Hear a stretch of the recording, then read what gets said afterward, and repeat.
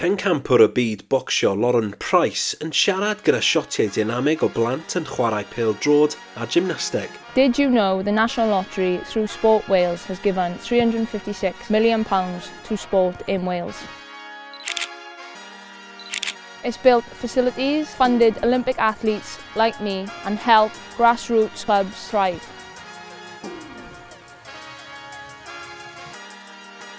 Dreigiau Caerffili. Gwyn Roberts ysgrifennydd y clwb yn siarad i'r camera.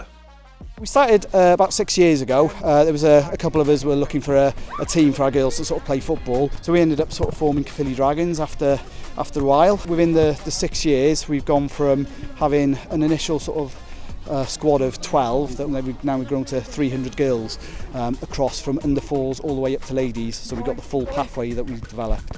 Siotiau o ferched yn chwarae pêl-drod yn parhau wrth i'r rhiant Richard Hopkins siarad. Without the funding, they wouldn't really be a club because there's only so much a club can raise to actually get funding for the right equipment, and that's what the community needs, is that sort of funding. So I think it's done wonders for this club having that sort of funding back, so yeah, it's great. Loteri Price yn siarad tra bod siotiau'n chwarae o hi'n cymryd rhan yn y sesiwn hyfforddi. I'm massive on Wales, but valleys, you know, that's a big part of my art. That's where I come from. Oh, go on, shoot! Have a shot! 300 girls at the club, that's phenomenal. It's just grown and grown and grown. And, you know, you talk about female sport, but just sport in general, that's incredible for the valleys, for Wales. And, you know, it's great. Y rhiant a'r hyfforddwr tîm dan 9 oed Gavin Besant-Evans yn siarad a'i ferch wrth ei ochr. Yeah, so our Sunday mornings are basically completely football these days. It's massive, it's great to see because football is such a simple game for anyone to play. It's great to see the growth in the female football. Gwyn Roberts yn siarad i'r camera. We've had a couple of grants through Sports Wales. One of the things that we've always tried to do is keep our subs that the players pay to play at an absolute minimum. And that means that we haven't got a lot of spare cash rolling around in the club coffers. But yeah, things like the balls, the bibs, the cones, it's all really, really useful, and we wouldn't be here without it, to be honest. Rydyn yn rhoi cyngor ysgogol i'r cyfranogwyr iau, ac maen nhw'n rhoi ei hymateb. Work hard enough and you want to play for Wales.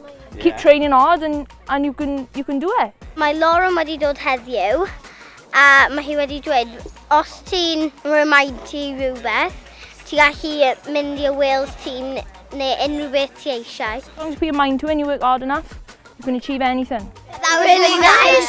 So nice. She's helpful. She was nice and she's a very good footballer. Yeah. She gave us confidence. And she signed her shirt. Siot agos at lofnod Loteri Price ar grys pêl-droed. Siotiau sefydlu y tu allan i Academi Gymnasteg y Cymoedd yn ne Cymru. Valleys Gymnastics Academy. Mae Lauren yn siarad ar camera tra'n sefyll wrth ymyl traws cydbwysedd.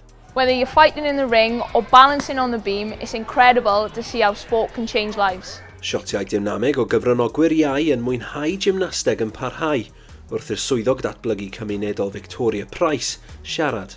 So today we've got our Valleys Girls session. We had funding from Street Games via Sport Wales to provide it. It's all about creating opportunities for children that maybe wouldn't come to traditional gymnastics classes. Gareth Windmill o Street Games yn siarad. Valleys Gymnastic Academy are a member of our network, so this is a perfect example of what's going on. Non-gymnastics, fun, in a different style that the girls can enjoy, and with the key theme being that they can just come be part of a sport but be with their friends. Y hyfforddwr a'r gwirfoddolwr Olivia Brunt yn siarad. I think it just gives girls who do come to the club as well to give them a chance to try something new, but girls who don't do any sport to give them a chance to actually get involved in something, and that makes them become more confident, and I think it's just overall experience for us and experience for them. It's just really good. Lluniau o Lauren yn rhan o'r sesiwn yn dangos wrth iddi siarad ar camera wrth gwneud yr arwydd croesi bysedd y Loteri Genedlaethol. It's inspiring to see how sport can bring people together, create opportunities and change people's lives. Cyfranogwyr iau ar Academi Gymnasteg y Cymoedd yn siarad. My name's Scarlett and I'm 8, and my favourite thing about gym is that get to do flips and stuff on the apparatus. I'm 7 years old and my name is Ira. I have lots of fun and I learn new skills. There's loads of people here that you can make friends with and that. Yeah. There's you can socialise with other people. You can express yourself. Mae cyfranogwr yn perfformio rôl flaen wrth I gareth o Street Games parhau.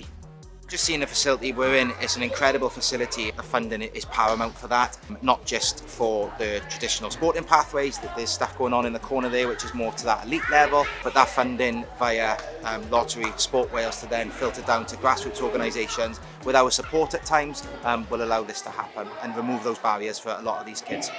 Llun grŵp o Academi Gymnasteg y Cymoedd yn dweud diolch gyda arwydd croesi bysedd y loteri. Yn ôl at Lauren Price yn siarad yn sesiwn Dreigiau Caerffili. Kids got dreams. That was me. I was 8 once. I had a dream, you know. I had 3 things on my list. I wanted to play football for Wales, I wanted to become a world kickboxing champion, and I wanted to go to the Olympics. And I ticked all them 3 off. So 100% today, you know, I've tried to, you know, speak to the girls and say to them, if you want to play for your country one day, you can do that. You work hard enough, you can achieve anything. And it just goes to show, you know, like you said, with the support from everyone and National Lottery, you can do that. Llun grŵp o Lauren a'r merched o Dreigiau Caerffili yn dweud diolch i'r Loteri Genedlaethol yn gwneud arwydd croesi bysedd. Diolch, National Lottery! Thanks, girls. Done. Logo pen-blwydd y Loteri Genedlaethol yn 30. Chwaraeon Cymru.